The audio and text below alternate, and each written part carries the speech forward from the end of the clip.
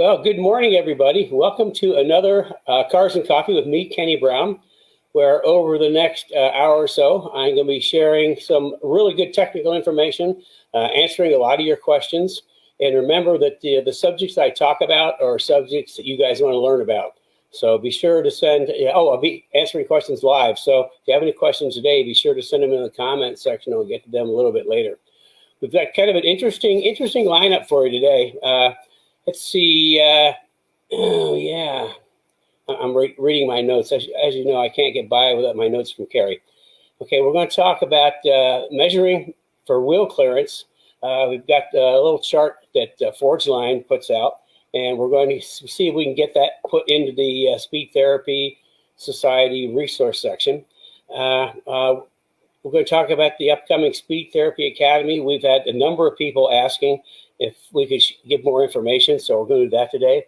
And then we're going to do kind of like a mini, kind of a mini workshop on brakes. We've had, last week we did the Transforming Driving Experience workshop, and the thing that people were most interested in or got the most out of was brakes.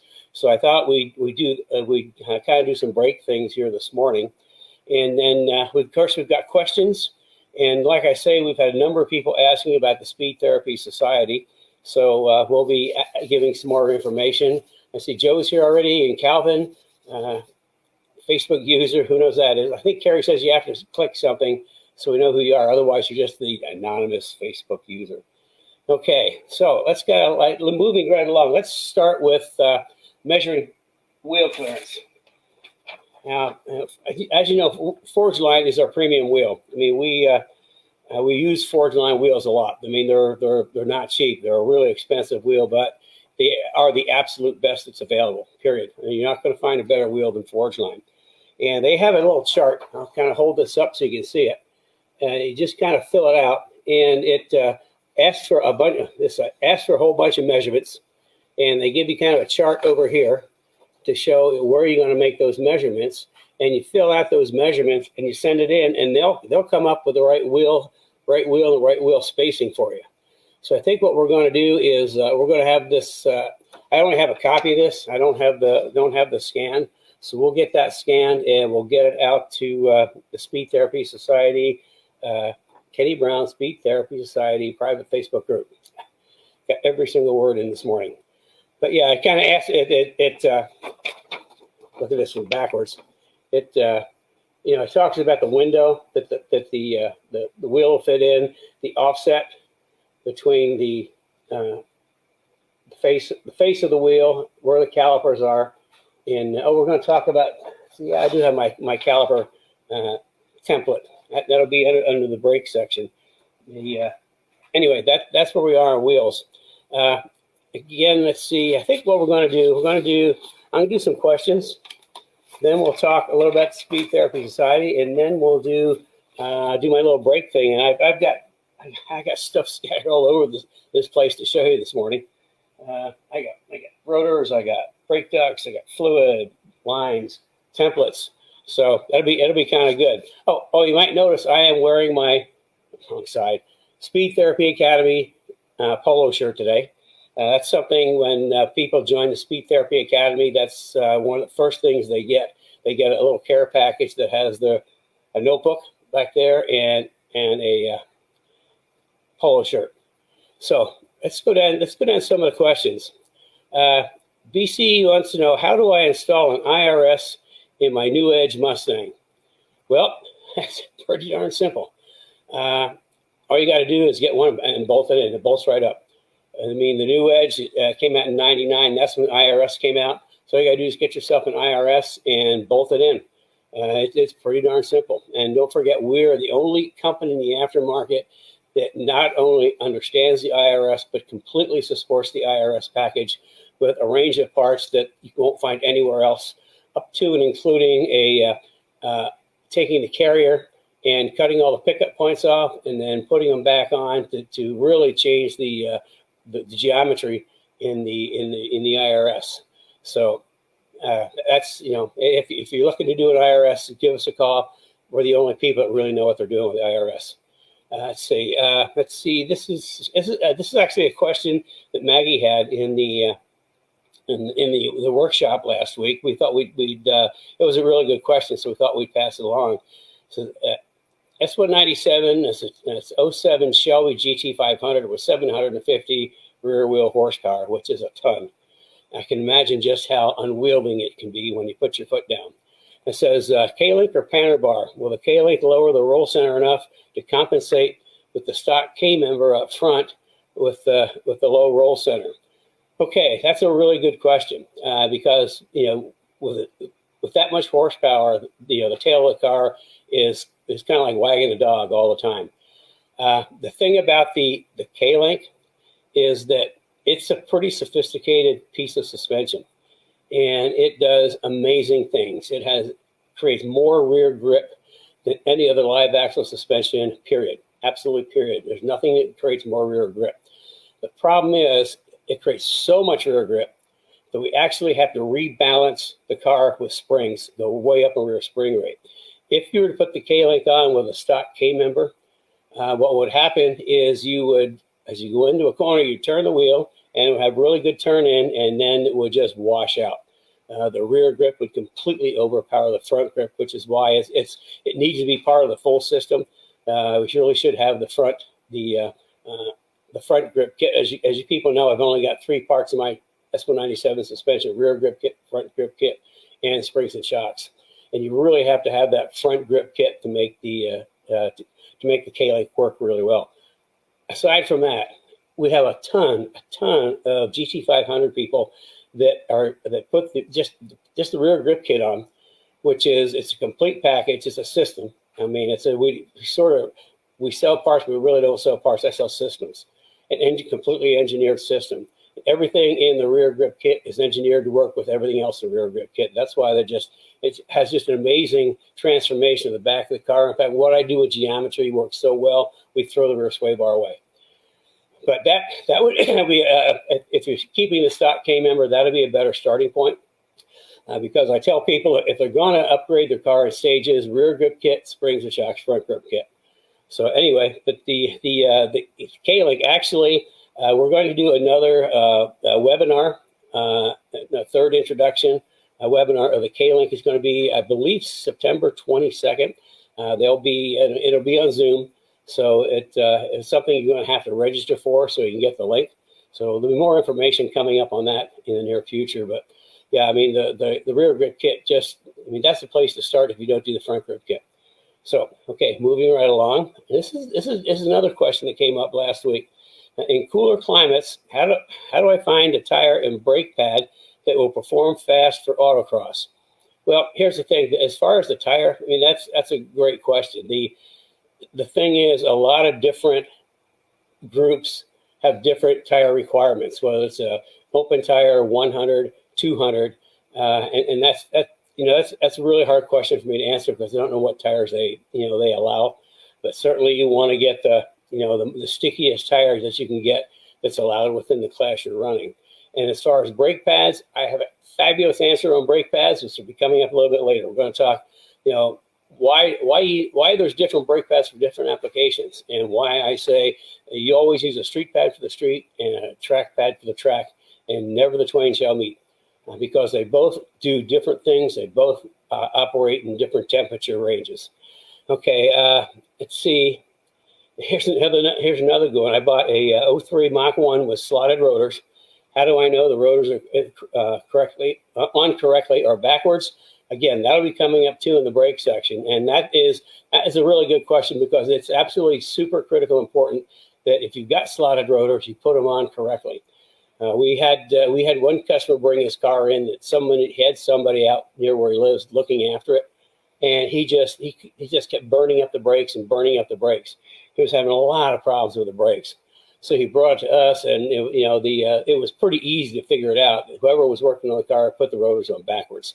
So instead of pumping cool air from the middle out to cool the rotors, it was actually sucking air in and heating up the rotors. That's why it's burning up the brakes. So it's a good question, and I've got a great answer, which we'll be showing you a little bit later on. Here's another one. Do you like higher roll center to increase mechanical grip, or is the stock roll center already too high? Well, it's kind of like yes, no, and not really. Okay, is the stock roll center already too high? Yeah, absolutely. The roll center in a Mustang is where the panel bar crosses the center line of the car. That's the roll center, and that's the part of the car that the back wants to roll around, and it's pretty high. That's why if you're in a stock Mustang, you go around the corner, you can actually feel the inside tire get kind of light. That's because the car's rolling so high. I move the roll center down as low as it can go on a live axle car, theoretically. Okay. What we do is we take the panel bar, we move the panel bar all the way down to the bottom of the differential. Now, I don't use Watts links, and a very good reason why. Where a Watts link, where the center pin is for the bell crank, that's the roll center. And you really can't move that roll center down very much. I mean, maybe an inch or two, but not a whole lot, just because of the mechanism. Plus, you've got to have more attachments on the thing, to pick up the rods on it. So back in the Trans Am days of old, we used to take a Watts link and mount it horizontal to the bottom of the differential. So we got the benefits of a Watts and the lower roll center in the bottom of the diff. But that was easy because they had like an underslung chassis, so really easy to run rods right across the chassis. That's a little impractical. So, the easier solution, just take the panel bar, lower it down to the bottom of the differential, which works really well with the rest of the rear grip kit, which changes the side view geometry, the anti-squat. It just works really well. So, the roll center is increased the mechanic. Do you like a higher roll center? No, I don't like a higher roll center. I like a low roll center. In the whole AGS 4.0 system, the rear grip kit, front grip kit, we bring the rear roll center down, the front roll center up. So as you go around the corner, the car doesn't want to roll out on the front tire. With the stock Mustang lowered, you've got the rear roll center is really high in the back, and the front roll center is underground, which means it goes around the corner, just rolls all the way onto that outside front tire, which is why you turn into a corner with a Mustang going fast, and it starts to understeer because that tire is getting completely overloaded, all the weight's on it. So anyway, low roll center, and the rear grip kit lowers it to the bottom of the differential, which historically has been as low as you can take a live axle rear roll center until now.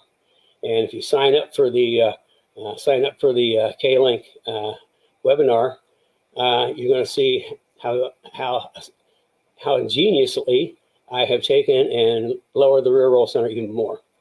That's why they have so much darn grip. So, okay, let's see. We've got through our questions this morning. I think. Okay, why don't you jump in here? Let's take a minute to talk about the Speed Therapy Academy, because we talked about it in the workshop this week, and we've had a number of people send in asking if we could explain more about it.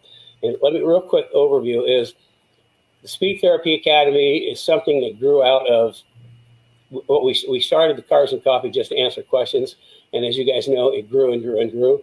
And then we started doing like the little workshops, and which shares a lot more information than I do in the mornings, but about the same, but it's kind of compact into 1 week. And then from there, for the people that really, really want to learn more, really want to see what's rattling around in my head, we just started the Speed Therapy Academy, which started out as a 14-week course, but I couldn't get it all in 14 weeks. It's now a 16-week course. It's 2 nights a week, Tuesday and Thursday on Zoom. So it's just like being right in the same room with me, because people can interact. And the Tuesday night, we call it an immersion session, where I'll take one subject and we'll just take a deep, deep dive. We just spend the entire evening on one subject. And then this Thursday night, either is an overflow from Tuesday, or we have group coaching, or every couple of weeks we'll have a master class where some friends from the industry that are experts will come in, talk about their area of expertise, and then open it up for our people to ask questions. So, you talk about, if you really want to learn something, if you want to go to the track and not have to have anybody talk to you, you just do your own thing and you become really, really good. This is, you'll learn how to do that. I tell people the 2 worst places to get information are the internet and a paddock. So, there's so much more to it. That's just kind of like the big picture overview. Carrie, why don't you jump in here and help me out? Okay, well, I think I'm gonna just share, because I think it's always good to see visually what the program's about. So I'm gonna share the website on it, and just so we can kind of go through this together. So let's see, there we go. So anyway, let me take this banner off here. There we go. So anyway, this is the website, and Brad will be listing the link in the comments area. And what's interesting about this program is, if you've gone through the workshop, you know what Kenny teaches, and if you've hung out in Cars and Coffee, you know, well, this program goes beyond. I mean, it's like 10 times or more what you're already learning from him. He really shares a lot, and you know, it's kind of like having a pro in your pocket. I mean, think about it. Whether you're just starting out or if you have years of experience, you're just going to learn a lot from him. And the reason, Kenny, you can tell him why you do this. Why do you do this? I mean, you have this mission in life, and I think it's really cool. Yeah, it's kind of like, I mean, I've got a really, really long career. I mean, over 50 years in professional motorsports and building, you know, great street cars, track cars, and championship-winning race cars. And, you know, it's like, a long time ago, I just stopped looking on the internet because the information there was so misleading, so wrong. And I just decided, you know, we started to answer questions just to kind of get, I'm going to say, real information based off of my experience. You know, not something I read somewhere, not something I heard from somebody else. You know, what I share is my actual physical experience of doing this for so long. And if you consider in the Mustang world, you know, I've won 7 national championships in SCCA pro racing with Mustangs. So I know a little bit of what I'm doing, you know, and I've worked for IndyCar teams. I've worked at the Daytona 500 for teams multiple times. I've just done a lot of stuff. So, you know, like there's a lot of stuff rolling around in there, and, you know, I'm at the point in my career that, you know, why don't I share this? I mean, give people real information. I mean, I can't take it with me. And there's a lot rattling around up there. So if I can just dump some of it out and people can absorb that and get real quality information, you know, I'm really happy. Because the whole idea is if I can help stop you or help you from not making one of the mistakes I made a long time ago, it's a good day. Because, you know, if you got to plod through on your own, it takes a long time to figure this stuff out. So, you know, why not, you know, cut it short and just hear what I have to share with you. So. Okay. Yeah, I'll put this back up. There we go. So anyway, I'll just kind of briefly go through this. So at the top, it's kind of like what Kenny teaches is like if you went through one of his workshops or even this, he tells you why things happen and things like that. But the workshop really digs deep into how to take your driving passion to the next level. And, you know, what we found out, there's nobody in the industry doing this. There's nobody sharing their knowledge. And so, you know, if you want to learn something and learn from a pro, this is the course to take. Let's see.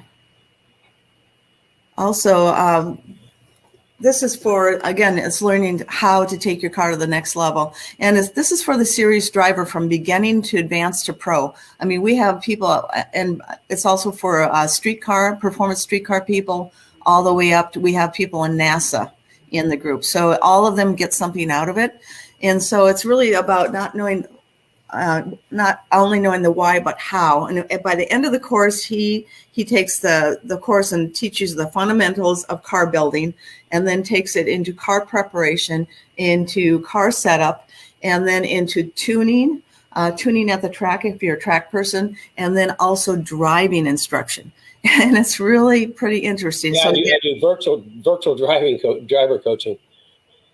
And so, again, it's broken up into 3 things: the immersion learning session, which is on Tuesday nights. That's Kenny's whole program. And then every other week we have a master class, which is great to meet these industry's experts. There's no place else that you can really have one-on-one time for an hour with an industry expert. I mean, you might run into one once in a while, and you can spend a minute or two with them, but this is a full hour you get to spend with them. And again, it's on Zoom, so you can interact back and forth. Kenny also does group coaching, and that's where somebody brings in a problem or a question, and then he solves their problem or question in a group coaching environment, so you can learn from them and what Kenny says. Also, a little bit more about what's in the program. Again, a 16-week immersion session, 8 biweekly coaches, 8 bonus master classes. And what's really interesting is this is a community of like-minded performance individuals. We have a Speed Therapy Academy private Facebook group where you can meet with everybody. And it's just a really cool community. I mean, think about it. This is a very exclusive group. There's not too many people have gone through it yet. And it's, you know, they have Kenny Brown as their master instructor or teacher in there. We also have a virtual learning resource center. You have your own website where if you miss one of Kenny's classes, it's pre-recorded. So you can go to your website, Learning Center, pick up where he left off, and you also have access this for 6 months. So you'll be able to, from the day you start through 6 months later, you can access this in case you miss anything or want to watch it afterwards. And then this is a Academy notebook and certificate of completion. There's another thing that we're offering in it, and then I'll get back to some other items on here, is we are offering for the Speed Therapy Academy members, they all get a Academy discount. And Kenny doesn't discount many of his products because they're pretty premium products. I don't discount any of my products. Yeah, no, you don't. And so this is like 10% off all Kenny Brown products, 10% off Bear brakes, $150 off each Forge Line wheel. And it depends on other manufacturers how much discount we have, so you'd have to call in on that. And also we give brake bedding on the G-Lock brakes that we sell. Yeah, we give the complimentary bedding of the brake pads, so you don't have to waste a whole section or session getting your brake pads bedded in. I'll talk about that in a little bit. Okay. And so anyway, the program is 16 weeks. Everybody that's gone through it has just raved about it and says it's helped them so much and is very much worth the price of admission. We recommend this program if you're starting a car build or you're in the middle of one and you don't know where to go next, or if you're, want to do more track, you want to improve your driving, this is the course to take. So I'll show you. First, you just want to learn more about what I talk about. Yeah, it's pretty cool. So anyway, there's a couple ways to pay for it. Is paid in full is $2,400. If you want to do monthly payments, it's $650 per month for 4 months. And then we also, if the $650 is a bit too much for you, we also have payment plans that are as low as $150 per month to attend. What Kenny's running right now, because we just came out of the Transform Your Driving Experience workshop. Actually, what Carrie is running. Well, I don't know. Let me. The reason for this is, in the last academy, we offered a scholarship, and we got so many applicants that were really worthy. It was super difficult. So what she decided to do this time, instead of offering one person a scholarship, is to offer everybody a partial scholarship in the early bird special. So that's how this all came about. So I'll let you carry on from there. Yeah. Okay, that's fine. And it's so $600 off, so it's $2,000, and you can put that over a payment program, but you need to call us if you need a payment program on that. But it's $2,000, and I mean, what a deal! And the thing is this is running through. If you read the little fine print here, it's running through Tuesday, August 31st. So if you want to take advantage of this, make sure you jump on. We have limited numbers for this early bird special. I think we have 7 spots left, Ken, for the early bird special. So if you're interested, make sure you jump on and take advantage of that opportunity. And here's some of the Academy members talking. I'm not going to play it right now. But I mean, all of the Academy members that have gone through are just over the top of what they've learned. Here's a quote right here. Kenny's a powerhouse of invaluable information that you can't get anywhere else, well worth the price of admission. So if you want to know more about this, just give me a phone call. Brad, if you want to put my information and your information in the comments, do that. And also you can click on this link and see this webpage so you can see learn a little bit more about it. And I think this is cool. Here's Kenny, his quote: "My life's mission and purpose is to help more people like yourself enjoy their car lifestyle by sharing the culmination of my lifetime of experiences in professional motorsports and the high performance car building arena, helping you maximize your driving experience." And that is so true. So anyway, if you want to learn the how and really up your performance driving and your driving experience, this is the class to take. And that's all I'm going to say, Kenny. Okay. So. Well, I'm going to amend that a little bit. This is my second mission. And my first mission was to learn as much as I can and be the absolute best. So that's kind of where it's gotten me to today. You know, like I say, I've been there, done a lot. So yeah, you know, why shouldn't I share this to people?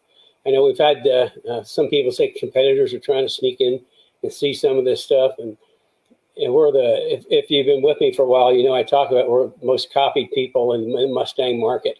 But it's interesting, people copy what I do, but they really don't understand why.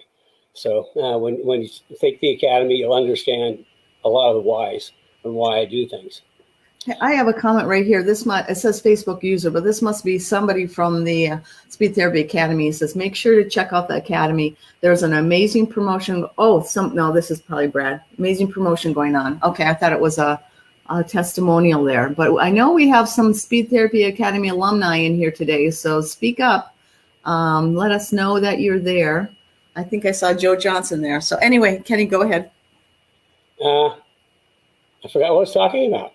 You jumped in, interrupted me. My train went. I think we were going on to, you're going to start on the brakes. Oh, brakes. Okay, brakes. I'm really big on brakes. Brakes are important, and I like really, really good brakes for a couple of reasons. Number one, they help you stop when you're going really, really fast. And secondly, you can use your brakes to really significantly improve your lap times. And we'll talk about that in a little bit. But the first thing you need to know about brakes is actually energy. Now, the Mustang is what, 37,800 pound lump of mass rocketing down the straightaway at 120 miles an hour. And there's only a few ways to slow it down or stop it. You know, trees, guardrails, and concrete barriers are the least desirable, although they are very effective. It's more desirable to use your brakes. So what happens when you put your foot on the brake pads and rotors take that kinetic energy of that mass moving at high speed and turn it into heat energy. That's why brakes get so hot. They're taking kinetic energy and converting it into heat energy. And by converting into heat energy, they're slowing that mass down. So that's why, you know, a lot of people don't understand the importance of knowing the heat in your braking and your brake pads and your rotors. So we're going to start with it. See, so I got a lot of stuff hanging around here. I think I'll start with my my big old rotor back here.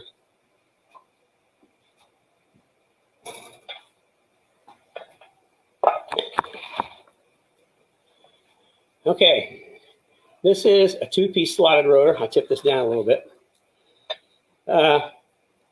If you can't afford a big brake package and you want to improve your brakes, get a hold of this. We'll get you set up with two-piece slotted rotors.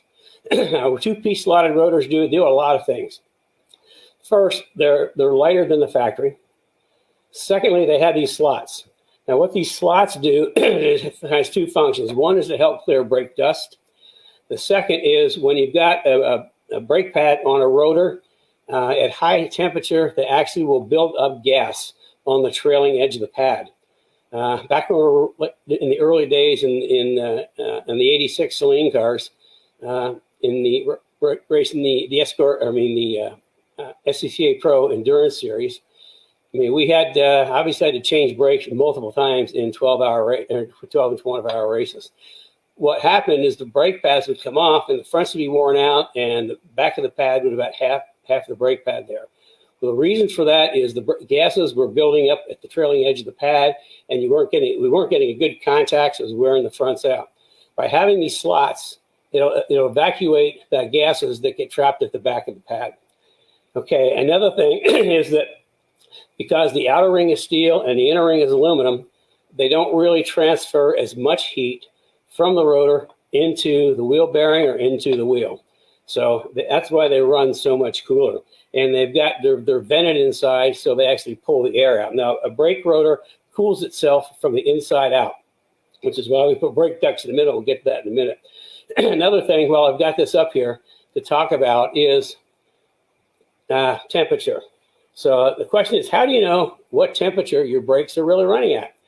I know people ask if they can use a laser temperature thing to check their brake temperature. And no, all that's going to tell you is what the cool down temperature is of the rotors. What you want to know is what is the peak temperature of the rotors. I don't know if you've seen like endurance racing or at night, going into a corner, all of a sudden the brakes just glow bright red. That's because they're getting really, really hot. That's the temperature you want to know. What is the maximum temperature those pads are getting up to? Now, this little thing right here, that's called brake rotor paint. It's really handy stuff.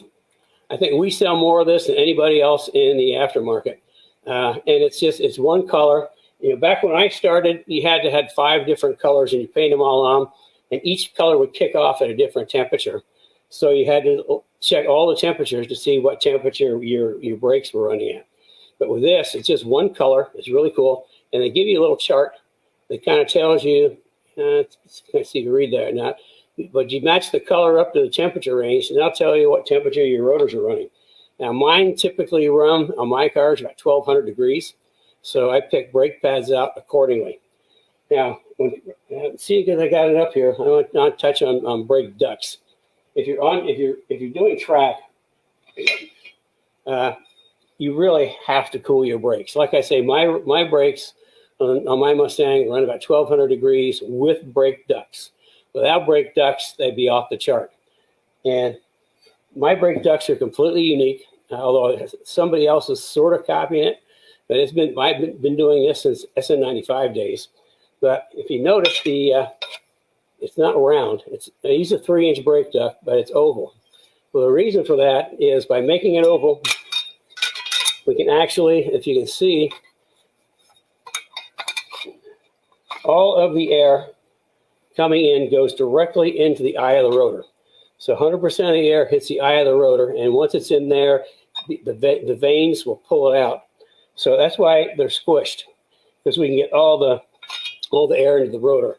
Now, there's some people have like 4-inch brake ducts, which you'd think would be better, except if you saw how that 3-inch just barely fit in there, a 4-inch actually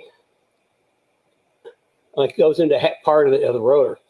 So that does a couple of things that aren't really good. Number one, it's putting air on the interface of the rotor. So it's actually getting a different flow of air than the outer side of the rotor. And also, as the air comes in and hits it, it kind of disrupts the flow because it has to tumble and go around it into the center. We did a back-to-back test, 2010, with my 3-inch brake ducts on my car and the 4-inch brake ducts on the Ford Racing FR500S cars. And the overall rotor temperature was similar. Mine were just a few degrees cooler, but the big difference is rotor temperature on mine was the same inside and out. Where with the 4-inch, it was cooler on the inside and hotter on the outside, which explained why the outside pads wore more than the inside pads. So that's why brake ducts are so important. Now that's the S197 brake duct. We've got it for SN95, again with the oval. And something interesting for the 550 cars, it got such a big rotor, we didn't have to squish it. So just a 3-inch hose goes straight into the rotor and cools it down. Okay, another important part of brakes is, there we go, braking is brake fluid. You really, if you go on track, you absolutely have to have high temperature brake fluid because the high heat will boil regular brake fluid. And what happens is it boils, you hit the brake pedal, and you got nothing. You got absolutely nothing. So we actually switched over a year or so ago to the Bear is having this formulated in the UK. and it's about the highest dry boiling point of 608. And it's a lot more cost effective than some of the fancy brand name brake fluids. So that's what we've switched to. And, you know, at the track, I tell people, bleed your brakes a lot. Bleed them before the event, bleed them Saturday, and bleed them Sunday.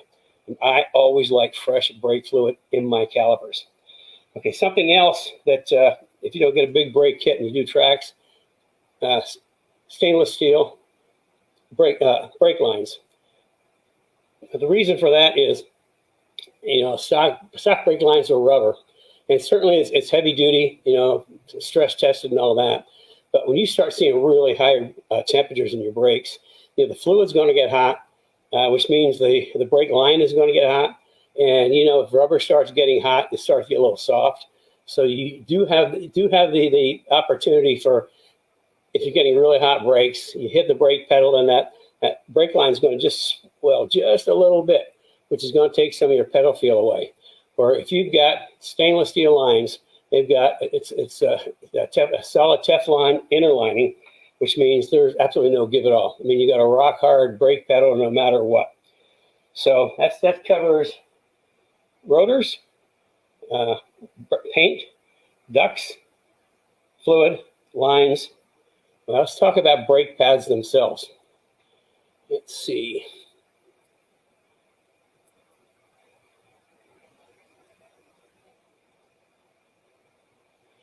Okay, here's a little chart I put together of the brake pad system that we've kind of developed. This is what we switched over to about a year or so ago. It's working out really, really well. And you can see each one of these brake pad compounds has a different operating range. And if the street performance goes from 0 to 800, now a regular OE type pad, I mean, I don't know for sure, but I'm guessing that they work from like -20 to maybe 300-400 degrees. But above that, they'll wear out really fast. There's three elements to brake pads: wear, heat, and friction. If you're living in the optimum range for the brake compound, you get good wear, good friction, and good heat. If you have a compound in like a street pad that on track, and you start getting above the operating range of the compound, then the wear increases dramatically and the friction decreases dramatically. So that's why I always have to pick the right brake pad for the right application. So these are the pads that we now offer, and I'll kind of go through them. You know, the street pad, street performance is good from 0 to 800, which is a little more than other performance street pads. And then we've got an autocross pad, which goes from 0 to 1,000, which should be more than enough temperature to handle brake temperatures on autocross. In fact, a lot of autocross could probably get by with the street performance, but the autocross pad up to 1,000 degrees would be even better. And then there's the novice track. If it's first time or so on track, then you're not going to see really high brake temperatures because you're not going to really get into really hard braking. But after a couple of events, you're going to start braking harder and harder, and the temperature is going to continue to rise.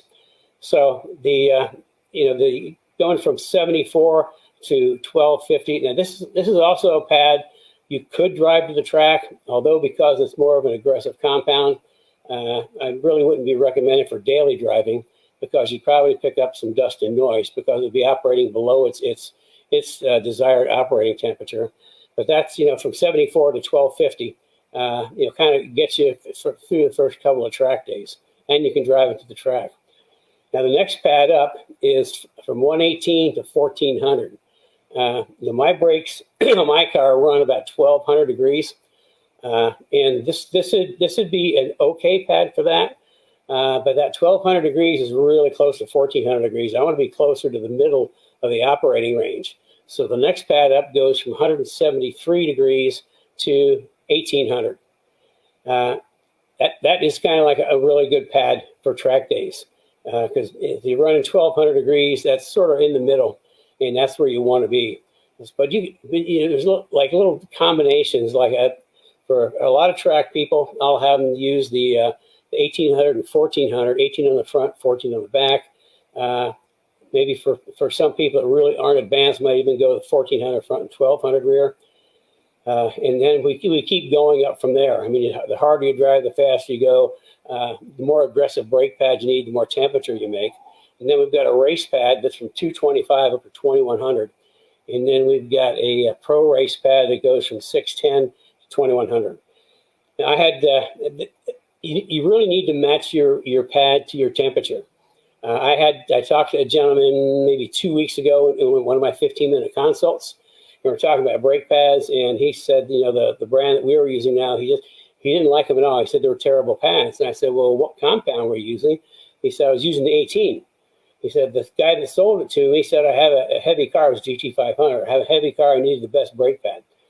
Well, you take a look at that, and the operating range is from 610 to 2100, which means that, you know, if your brake pads aren't operating in that 14, 15, 1600 range, they're out of range. So what's happening, he had too aggressive a pad. He wasn't getting them nearly hot enough. So they didn't work very well. They made a lot of dust and they squeaked. That's something, if you ever hear like a car on track, on a racetrack and the brakes squeak, their compound is too hard. They need to drop down a temperature range. So that's why it's important getting the right range for what you're doing. And you know, you can, if you're interested and need to have some direction, you know, sign up for one of my 15-minute consults. We'll talk about your car, what you're doing, and I'll come up with some compounds for you. The other thing is these can be pre-bedded.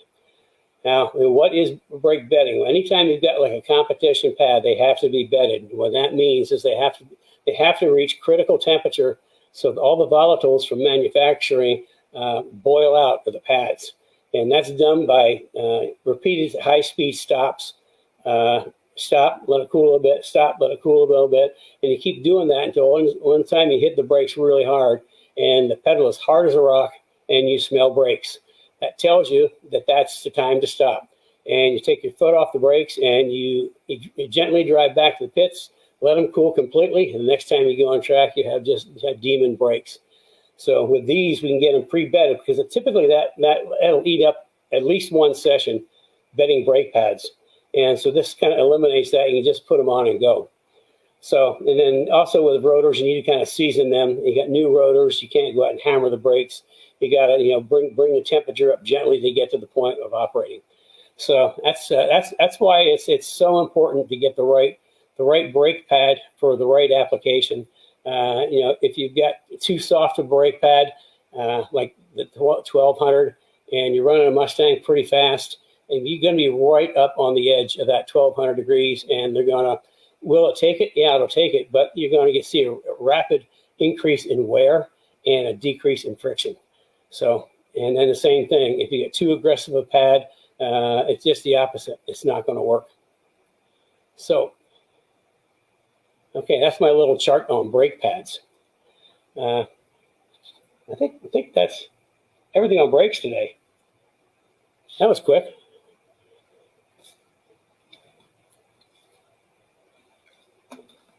I lost Carrie.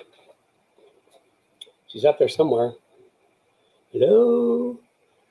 Okay. Well, while she's finding herself, this is the polo shirt when you join Speed Therapy Academy. You also get a notebook, and you've been with me a while. I just harp on notebooks. You have to have a notebook for everything. Notebook with lots of dividers in it. So for each of the sessions, you can take notes. There's paper in the back. You can take notes and keep them in your notebook because that stays with you forever. I mean, I talk about notes for everything. So while she's still missing, this is the curriculum. I'll just kind of go through it real quick. I see her picture if I haven't heard her. So, I'm here. So. Okay, you want me to go through the curriculum real quick and then we'll do questions? Of course. Okay, week one is, kind of like welcome, getting acquainted, and that's where we start on chassis tech. Week two gets into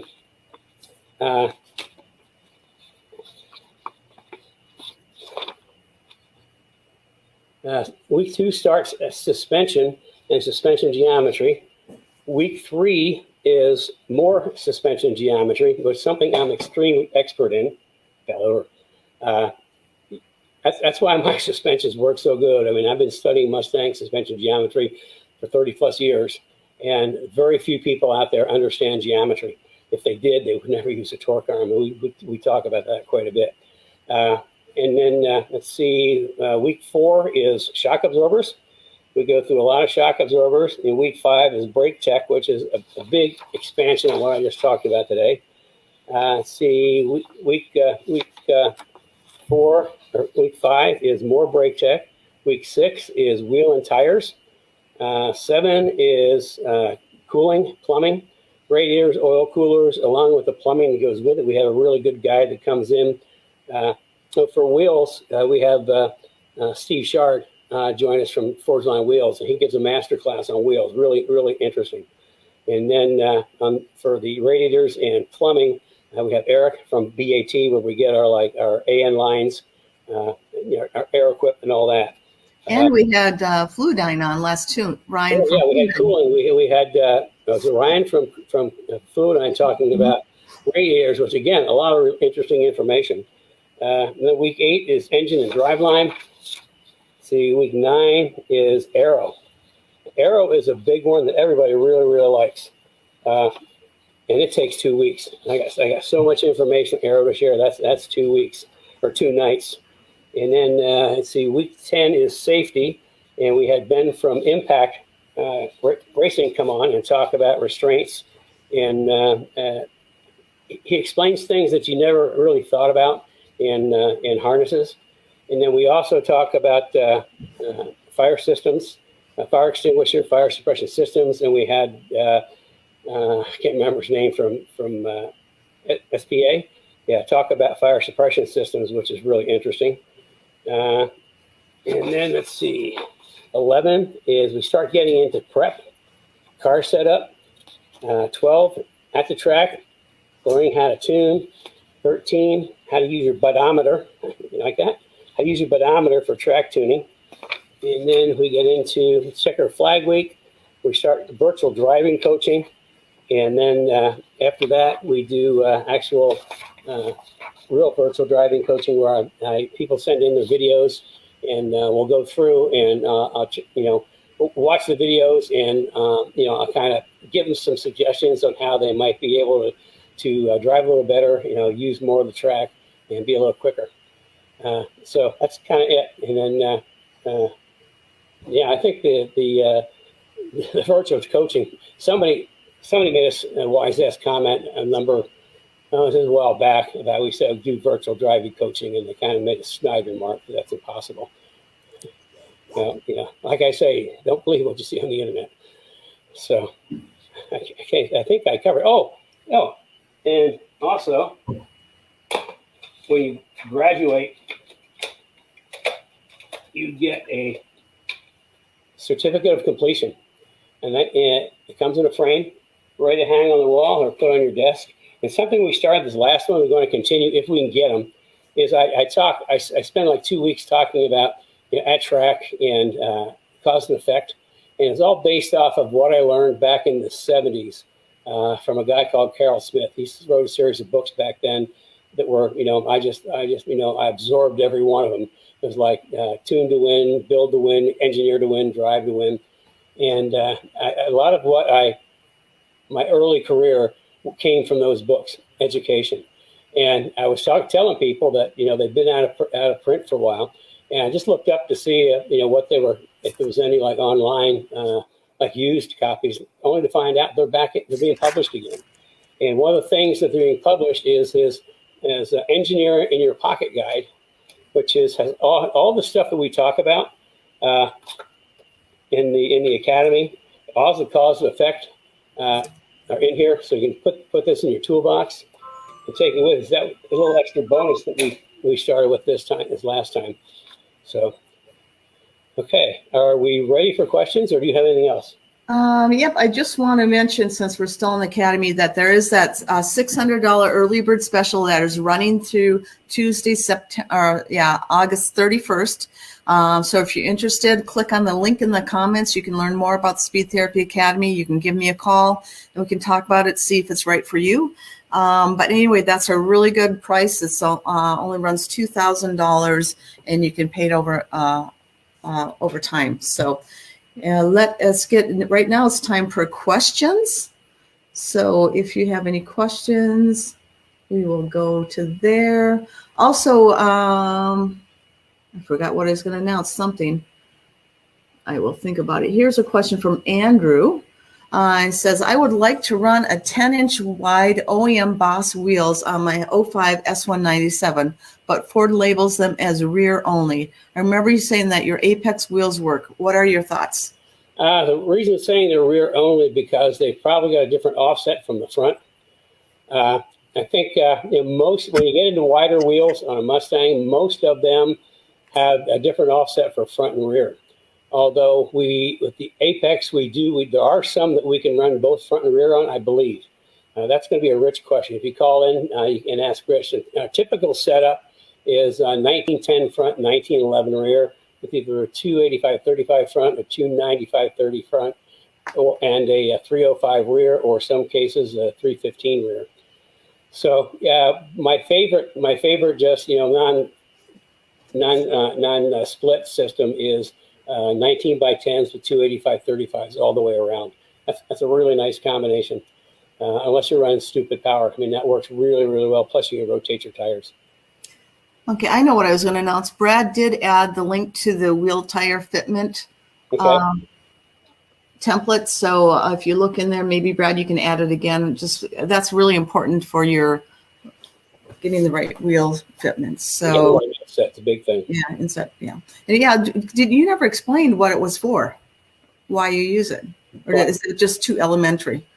But the brake thing, that's because I mean you got to be able to. It's about offset and width and tires. I mean, you got to be able to fit them within in that little box. And the offset is how much the wheel moves in and out. And if you get the wrong offset, it might be in too far, it might be out too far. So that's why it's important to get all those measurements, and they can figure out the correct offset for the wheel that you're running. Okay. Here's another question from Rory Merrick. Is braking preferred over gearing down and coming off the loud pedal? It's kind of a preference. Now, I use brakes. When I'm coming up, the way I do it on track driving, race driving is completely different because you're using maximum threshold braking. You stay in the car on its nose every single time.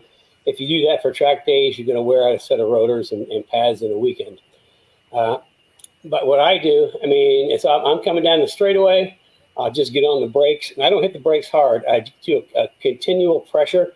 That's kind of like a curve up, and then once I get the kind of like down to where I'm about ready to do my turn in, I'll do a little blip, drop it into third gear, and go around the corner.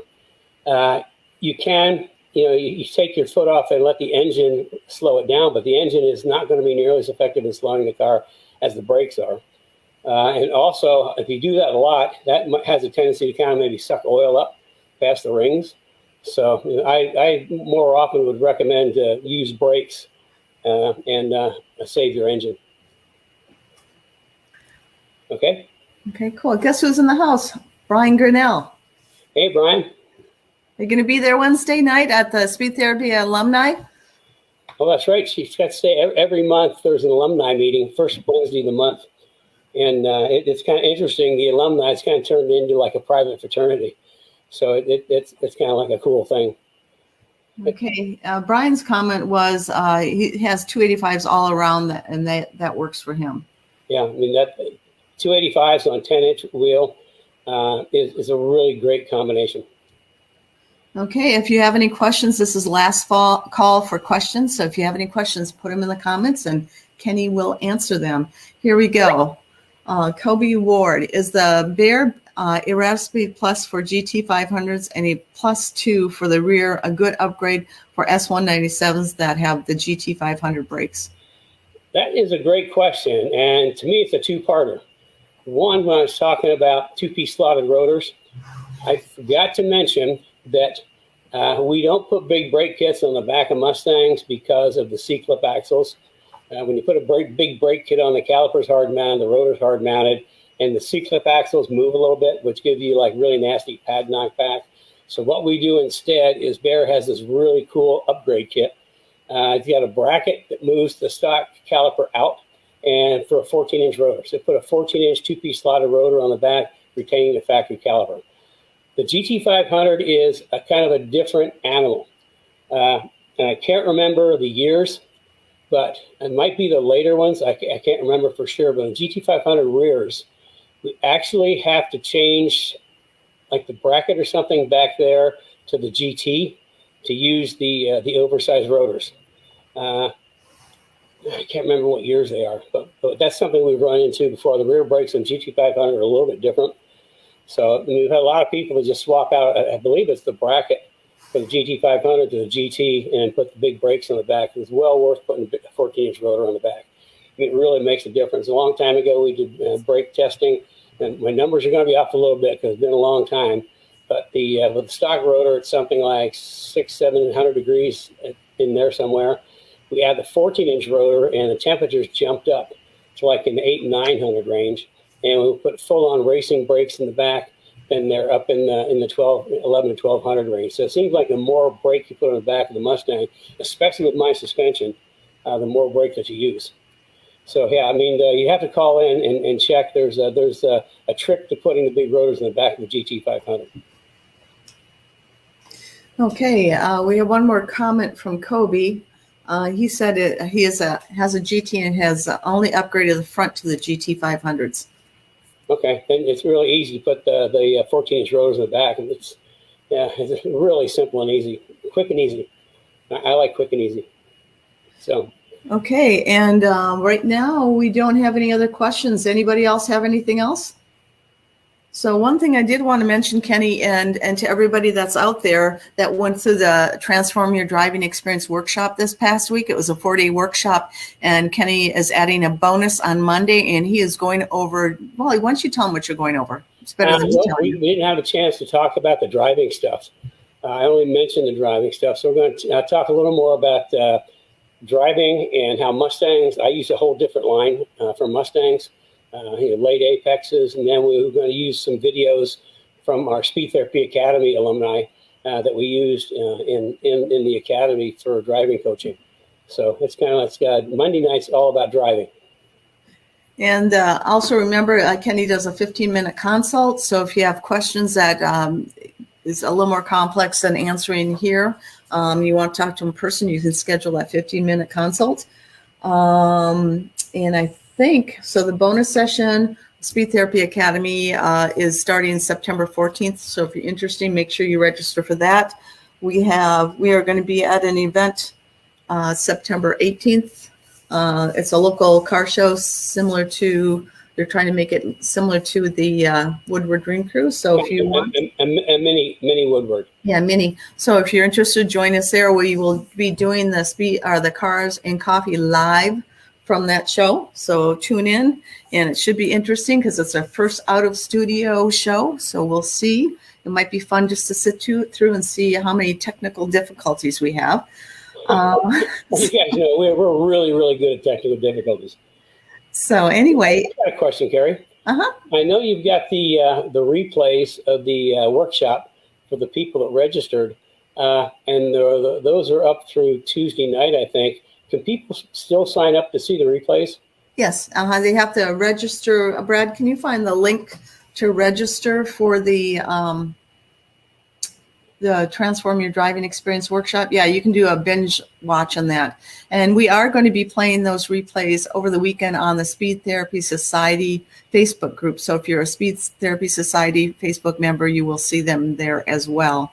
If you did go to the workshop, we do send out an email with all the links. I think it's either going out today or tomorrow, so you can make sure you watch it before they come down on Tuesday. Okay, and they're up to midnight Tuesday. And that's when the early bird special is going down as well. Okay, it looks like we might have one more. Yeah, I don't know, Tony. Is a 285/35 R19. Yeah, that's what I like. Is a 285/35. 285/35 is a somewhat tall tire, and that's what I like. I like my wheel size at like 18 for racing because race tires only come, or for the most part, mostly come in 18s. I like 19 for the street and track days because there's a good selection of tires in there. Plus, it gives you a little taller tire. Mustangs like tall tires. And to me, 20-inch wheels are for show. So yeah, 285 on an S550. Yeah, on any of them. 285 35 is a great tire package for Mustangs. So there you go. Okay, I think that is it for our questions for today. Oh, we forgot. Next weekend is Labor Day weekend. What's happening, Kenny? ENCORE? ENCORE presentation. I need a day off. We've been going really strong here for a couple of weeks, so it'd be nice to have a day off. But it's an ENCORE presentation next week.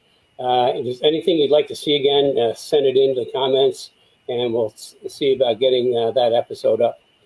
So, okay, if there's no more questions, we can probably wrap up almost on time today. Mm-hmm. So, okay, for those who are going to join me Monday night, I will see you Monday night. For our Cars and Coffee people, it's going to be 2 weeks. Again, check out the Speed Therapy Academy. I absolutely guarantee whatever you spend on the Academy will save you multiple times over in the future. So it's an investment in your future. Trust me, you will save by not making the mistakes I made. Okay, so we'll wrap it up for the day, and hope you all can join us Monday night. There should be something there for you to click and sign up. We talk about driving. So with that, I will either see you Monday night or I will see you in 2 weeks. So have a good rest of your weekend. Bye, everybody.